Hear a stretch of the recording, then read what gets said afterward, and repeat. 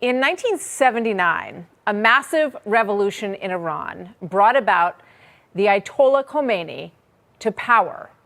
The then Shah of Iran and his wife, Her Imperial Majesty Farah Pahlavi, were forced out of their homeland. This is them leaving at the airport. But under the Ayatollahs, the freedom that they promised never materialized.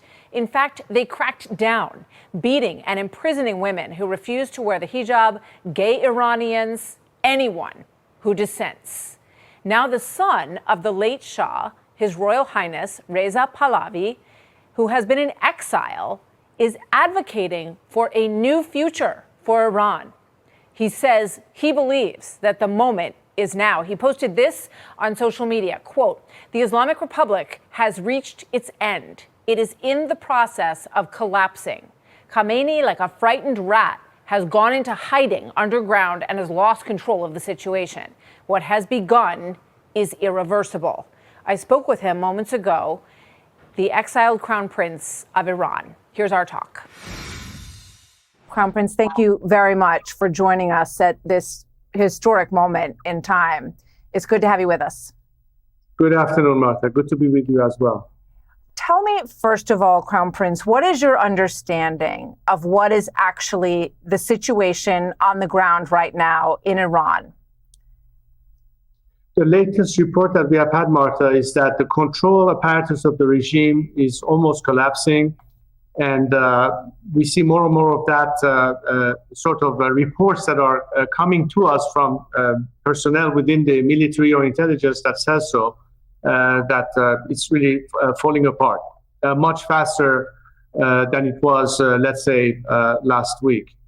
The problem, however, is that the regime has cut off the nation from any communication, internet, and even landlines are down. Families that are trying to figure out what's happening to their loved ones cannot communicate. And I hope that we can overcome this problem very soon so the nation is not detached or unable to communicate, which, as you know, is crucial for anything that needs to be done. The regime is so desperate that it's now taking this initiative to impede on the process. But I know we will overcome this. It's a big challenge.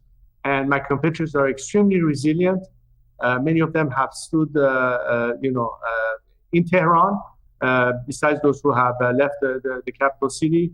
And their resolve is amazing. Their courage is really amazing.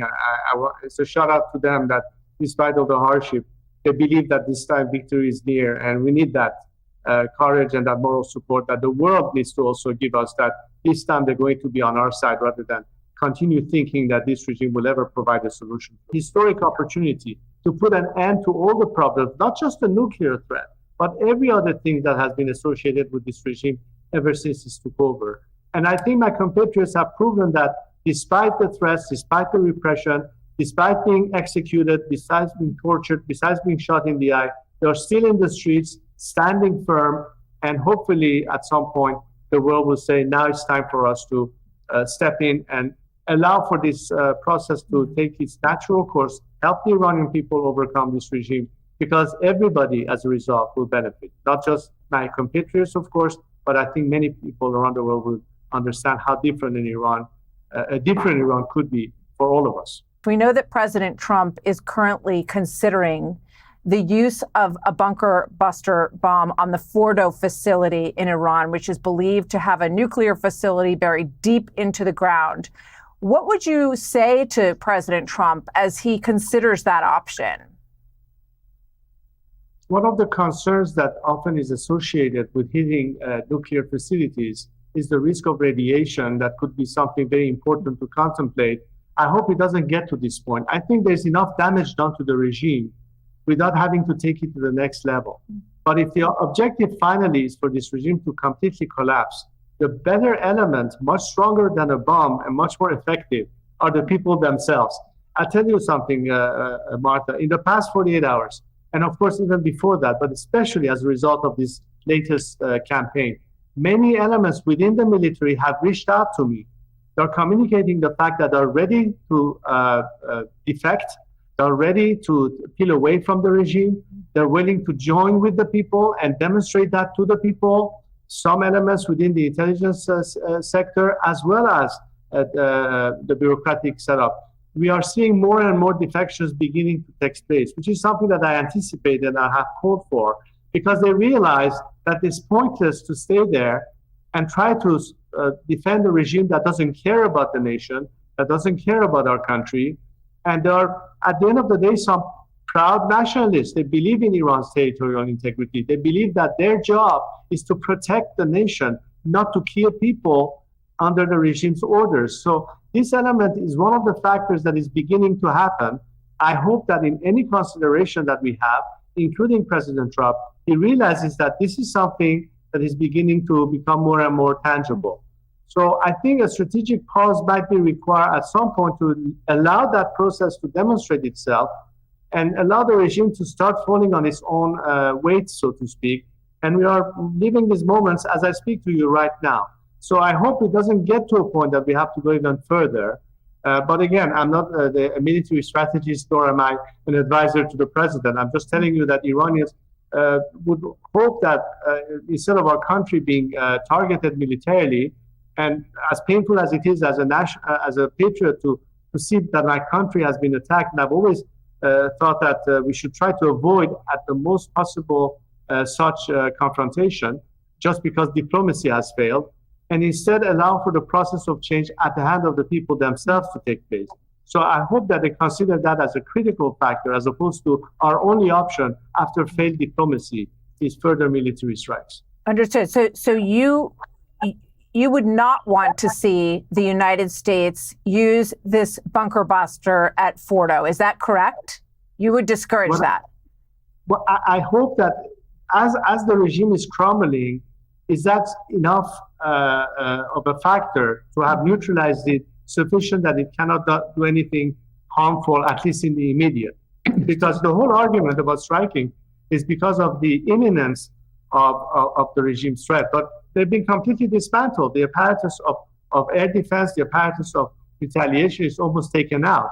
So I think that sort of pushes back a little bit the envelope, which would allow sufficient time for another phenomenon to occur, which is the one I just explained to you.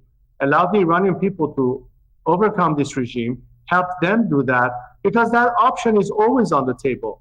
But what's the rush here? People are to them the ultimate factor. That's what scares the regime the most. So the more the people are empowered, the quicker we can reach that end. So you have said that you don't seek power, but you are ready to fulfill a duty if called upon. If the people supported or asked you to return as Shah for a period of time during transition, would you be open to that option?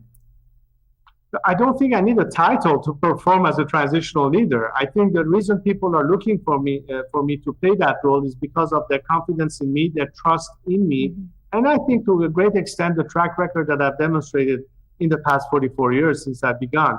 And that trust in me allows me to play that national leader role, if you will, and be able to be the element that assembles people together on a common agenda, knowing that we might differ in opinion, but we are committed to the democratic outcome.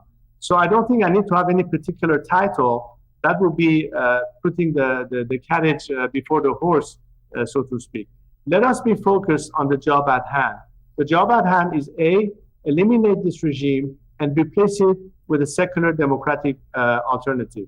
And this is exactly the end game that I'm looking at, and I'm not looking past that one at this time. I'm focused only on this mission, and I hope my compatriots will understand that we need not prematurely discuss issues that will be determined down the line. So he's encouraging the people to change the trajectory in Iran more so than the potential of a bomb destroying Fordo. So we're going to have more of our conversation in just a moment.